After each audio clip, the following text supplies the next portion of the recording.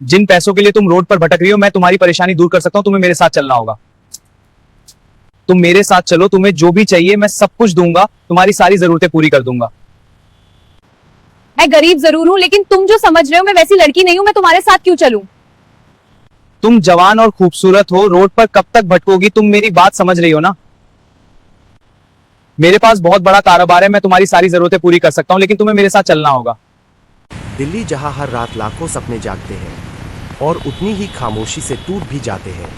रात के 2:30 एक बस स्टैंड के कोने में एक लड़की बैठी थी, न हाथ में खाना, न जेब में पैसे और न ही किसी से उम्मीद।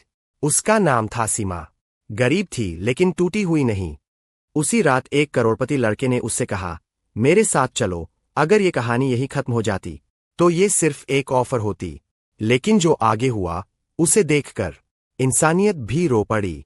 अगर आप जानना चाहते हैं सीमा के साथ क्या हुआ तो वीडियो को लास्ट तक देखिए। आप वीडियो देखने में इतना व्यस्त हो जाते हैं कि चैनल को सब्सक्राइब करना भूल जाते हैं। अगर आप पहली बार आए तो चैनल को सब्सक्राइब कर लीजिए। हमें उम्मीद है आपने सब्सक्राइब कर लिया होगा। वीडियो आगे शुरू होता है। नौकरी की तलाश में भटक रही थी गरीब लड़की। करोड़पति लड़का बोला, मेरे साथ चलो। आगे जो हुआ इंसानियत भी रो पड़ी। दोस्तों, उस रात दिल्ली शहर की हवा में अजीब सी सर्दी छाई थी। घड़ी में रात के करीब 2:30 बज रहे थे। सड़कें बिल्कुल खाली नहीं थीं, लेकिन हर गाड़ी ऐसे गुजर रही थी मानो किसी को किसी की फिक्रहीन हो। उसी दिल्ली के बस स्टैंड के एक कोने में एक लड़की अपनी उंगलियां मसल रही थी, सर्दी से नहीं बल्कि बेबसी से। उसका नाम सीमा था। उम्र लगभग 25 साल। चेहरे पर पढ़ाई की रौनक थी, लेकिन आंखों में कई रातों की नींद गायब थी। कुर्ता साफ था, लेकिन कॉलर थोड़ा फीका। सलवार ठीक थी, मगर किनारे घिसे हुए, और चप्पलों के तले ऐसे लगते थे जैसे रोज की जद्दोजहद के साक्षी हों। उसने जेब में हाथ डाला, 2 सिक्के खनके, बस इतना ही बचा था। सीमा अपने फोन की स्क्रीन पर नजरें गड़ाई थी। नेटवर्क की लाइनें ऊपर नीचे हो रही थीं। तभी स्क्रीन पर मां लिखा आया।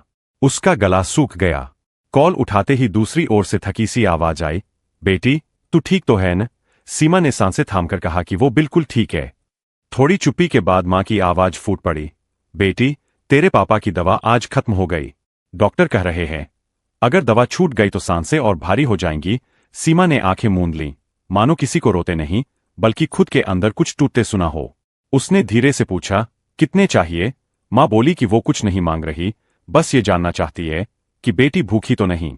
सीमा हंसना चाहती थी, लेकिन गले में कुछ फंस गया। उसने झूठ बोला कि सब बढ़िया है, कल इंटरव्यू है और नौकरी पक्की हो जाएगी। कॉल करते ही ऐसा लगा जैसे सीमा के हाथ में फोन नहीं, जिम्मेदारी का बोझ आ गया हो। वो उठी और बस स्टैंड से निकलकर पैदल चल पड़ी।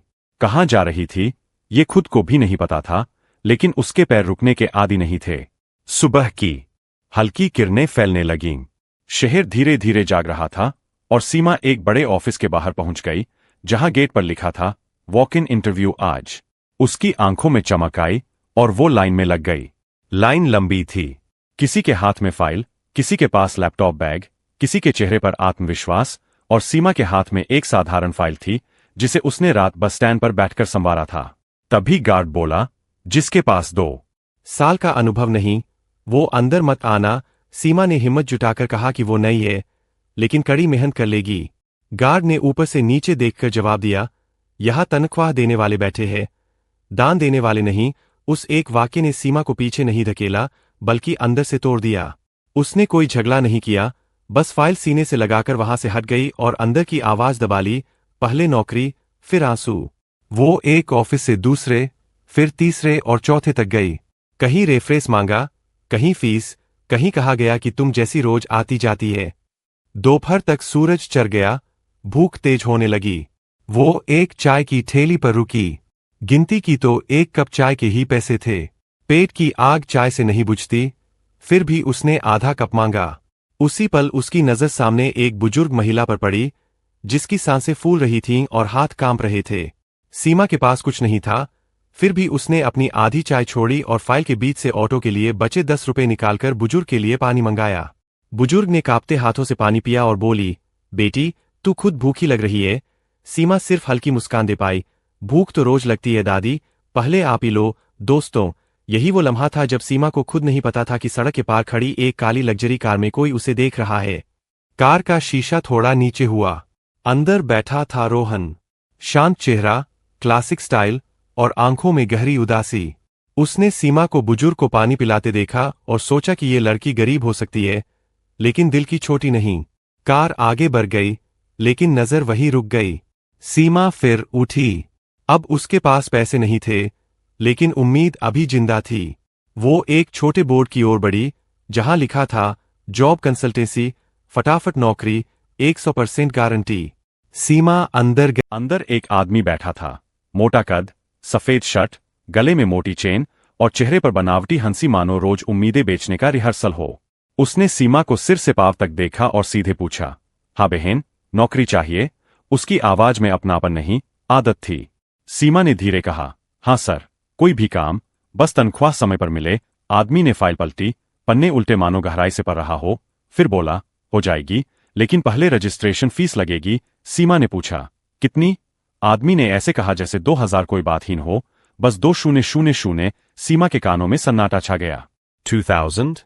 उसके पास 200 भी नहीं थे। उसने कहा, सर, अभी नहीं है, क्या बाद में? बात पूरी भी नहीं हुई कि आदमी का चेहरा बदल गया, मुस्कान गायब। तो बाहर जाओ। शब्द छोटे थे, लेकिन अपमान से भरे। सीमा बिना बोले बाहर आई। बाहर धूप तेज थी, सिर पर जलता आकाश, और दिल उससे ज्यादा जल रहा था, मानो हर बार उम्मीद के साथ कुछ और राख हो जाता हो। वो सड़क किनारे खड़ी हो गई। उसी पल वही काली कार थोड़ी दूर आकर रुकी। इस बार शीशा पूरा नीचे। कार में बैठा लड़का साफ दिखा। रोहन की आवाज शांत थी, लेकिन शब्द गहरे। तुम रोज ऐसे ही भटकती हो? सीमा चौंकी। पहली बार उसे ठीक से देखा। रोहन की आंखों में घमंड नहीं, न दया की जल्दी, बस गहरी समझ। सीमा ने नजरें झुकाईं, फिर साफ आवाज में बोली, नौकरी चाहिए, भीख नहीं। दोस्तों, उस एक वाक्य पर रोहन की सांस थम गई। वो कुछ कहने ही वाला था कि सीमा संभली और आगे चल पड़ी। रोहन कार में बैठा रहा, उसकी पीठ को देखता रहा, क्योंकि अब कहानी में नया मोड़ जुड़ चुका था। एक करोड़पति लड़के की नजर और एक गरीब लड़की का स्वाभिमान, जो किसी कीमत पर झुकने को तैयार नहीं। रोहन ने ड्राइवर से कहा, गाड़ी धीरे चलाओ। सीमा को नहीं पता था कि कोई उसे फॉलो कर रहा है। वो अगले ऑफिस की ओर बढ़ रही थी। चलते चलते उसने आस्तीन चढ़ाई, मानो खुद को ताकीद दे रही हो। थक गई तो हार जाऊंगी। अगला ऑफिस एक मॉल में था। एसी की ठंडी हवा, चमचमाते फर्श और रिसेप्शन पर बैठी लड़की की बेरुखी भरी नजरें। सीमा ने फाइल बढ़ाई। लड़की ने बिना देखे पूछा, अपॉइंटमेंट? सीमा बोली, नहीं, वॉकिंग के लिए। लड़की ने काटा, फ्रेशर? हाँ। लड़की के चेहरे पर हल्की हंसी आई, जो हंसी नहीं आदत थी। एचआर से मिलने के लिए टेस्ट फीस लगेगी, 500। सीमा ने सिर हिलाया। उसके पास अब सिर हिलाने के सिवा कुछ नहीं था। वो बाहर निकली। मॉल के बाहर धूप फिर आंखों में चुभी। उसी वक्त सामने से एक और लड़की निकली, हाथ में वही फाइल, चेहरे पर वही थकान। सीमा ने पूछा, बहन, कुछ हुआ? लड़की ने हंसकर कहा, यहां नौकरी नहीं मिलती, उम्मीद बेची जाती है। ये लाइन सीमा के दिल में गहरे उतर गई, मानो किसी ने उसके डर को शब्द दे दिए। रोहन ये सब देख रहा था। कार में बैठे उसे पहली बार लगा कि इस शहर में गरीब लड़कियां सिर्फ बेरोजगार नहीं होती, रोज अपमानित भी होती है, हर कदम पर, हर दरवाजे पर। शाम को सीमा फिर उसी कंसल्टेंसी में गई, क्योंकि अब कोई रास्ता नहीं बचा था। आदमी कुर्सी पर पीछे टिका बैठा था। व्यंग से बोला, आ गई? फिर पूछा, पैसे लाई? सीमा ने नजरें झुकाईं, सर, पूरे नहीं है, लेकिन अगर एक मौका। आदमी ने हाथ उठाकर रोका, यहां कोई सोशल सर्विस नहीं चलती। नौकरी चाहिए तो नियम मानो। सीमा चुप रही, बाहर निकली, दीवार से टिककर खड़ी हो गई। आंखें बंद की और पहली बार अंदर से आवाज आई, क्या इज्जत से भूख मिटती है? उसी पल पीछे से किसी ने कहा, तुम अगर चाहो तो एक काम है। सीमा चौंकी, मुड़ी, तू रोहन था, पहली बार कार से बाहर। सादे लेकिन महंगे कपड़े, चेहरे पर शांति, आंखों में सच्चाई। मैं तुम्हें नौकरी नहीं दे रहा, रोहन ने साफ कहा, बस एक काम देना चाहता हूं। सीमा ने सीधे देखा, आंखों में झिझक नहीं, सिर्फ थकान जो अब सवाल बन रही थी, काम क्या? रोहन ने घुमाया नहीं, आवाज सीधी, एक दिन का काम, कोई फीस नहीं। अगर अच्छा किया तो आगे बात। सीमा ने पल भर सोचा, जैसे दिमाग ने हालात तौले और दिल ने फैसला किया। अगर मेहनत का काम है तो तैयार हूं। रोहन के चेहरे पर हल्की मुस्कान आई, जो भरोसा नहीं मांगती, मौका देती। कल सुबह 8 बजे यहां, कहकर उसने एक कार्ड बढ़ाया। सीमा ने कार्ड लिया, उंगलियों में दबाया मानो कागज नहीं उम्मीद हो। नाम पढ़ा, रोहन खन्ना। रोहन के जाने के घंटों बाद उस रात सीमा एक सस्ते गेस्ट हाउस की सीढ़ी पर बैठी थी। जेब खाली, पेट में आग, लेकिन दिल में पहली बार डर से ज्यादा एक हल्की रोशनी। उधर रोहन अपने शानदार घर में था। बड़े कमरे, चमकदार फर्नीचर, दीवारों पर कीमती तस्वीरें, सब था, बस सुकून नहीं। डाइनिंग टेबल पर उसके पिता सुरेश खन्ना बैठे थे। अखबार रखते हुए पूछा, आज देर क्यों? रोहन ने बिना टकराए कहा, शहर घूम रहा था। शहर घूमने के लिए इतना वक्त? आवाज में शक। रोहन कुछ कह पाता, सुरेश बोले, रोहन, याद रखो, हम भावनाओं से फैसले नहीं लेते। रोहन ने पहली बार आंखें मिलाईं। और अगर भावना ही किसी का आखिरी सहारा हो तो? सुरेश चुप हो गए, शब्द नहीं, लेकिन चेहरे पर नाराजगी साफ। अगली सुबह 7:30 बजे ही सीमा उस पते पर पहुंची। सामने बड़ा गोदाम था, बाहर कोई बोर्ड नहीं, बस ऊंचा गेट। वो इंतजार कर रही थी। तभी रोहन निकला। समय की पाबंद हो, सीमा ने बिना हंसे कहा, भूख समय नहीं देखती, लेकिन मेहनत देखती है। रोहन ने कुछ नहीं कहा, दरवाजा खोला। आज का काम, गोदाम की इन्वेंट्री चेक करनी है। कुछ गड़बड़ियां हैं, ढूंढो। सीमा ने सिर हिलाया, काम शुरू। घंटे गुजरे, पसीना बहा, हाथ दुखने लगे, लेकिन वो नहीं रुकी। ना पानी मांगा, ना रेस्ट। दोपहर में एक बॉक्स गिरा, अंदर से कुछ नोट निकले। सीमा ने बिना घबराए उठाए, गिनकर वापस रख दिए। रोहन दूर से देख रहा था, चुपचाप। शाम तक सीमा थक चुकी थी। रोहन आया, थक गई? सीमा ने पसीना पोंछा। नहीं, आज खुद से उम्मीद है। रोहन ने राहत की सांस ली। काम खत्म, फिर रुककर बोला, सीमा, एक सवाल, आज वो पैसे मिल जाते तो क्या करती?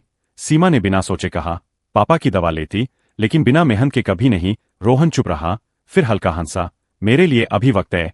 उस जवाब ने रोहन के अंदर कुछ तय कर दिया। अगले 2 दिन सीमा वही काम करती रही, कभी गोदाम, कभी डिलीवरी लिस्ट, कभी स्टोर। काम छोटा, जिम्मेदारी बड़ी। रोहन नौकरी नहीं दे रहा था, देख रहा था कि मौका मिलने पर वो क्या बनती है। तीसरे दिन रोहन का कॉल आया, आज गोदाम मत आना, दूसरा काम है। जी, एक डिलीवरी करनी है, फाइल्स बाहर जाएंगी। सीमा ने नहीं पूछा, तैयार हो गई। लेकिन उसे नहीं पता था कि उस दिन ईमानदारी की सबसे बड़ी परीक्षा है। दोपहर में जब सीमा फाइल्स लेकर रोहन के घर से निकल रही थी, फोन बजा, घर से। उठाते ही कांपती आवाज, सीमा, तेरे पापा की हालत खराब हो गई। डॉक्टर कह रहे हैं, आजकल तक इंतजाम न हुआ तो। शब्द रुके, आंसू आए। सीमा की आंखों के सामने रोहन का बड़ा घर, थोड़ी दूर रोहन खड़ा, लेकिन उसकी दुनिया सिमटकर अस्पताल के बेड जितनी रह गई। रोहन ने हालत देखी, समझ गया, ये वक्त जब इंसान बिखरता या मजबूत बनता है। कितने पैसे चाहिए? रोहन ने सीधे पूछा। सीमा ने सिर उठाया, आंखों में सख्ती। नहीं। रोहन चौंका, मैं मदद नहीं।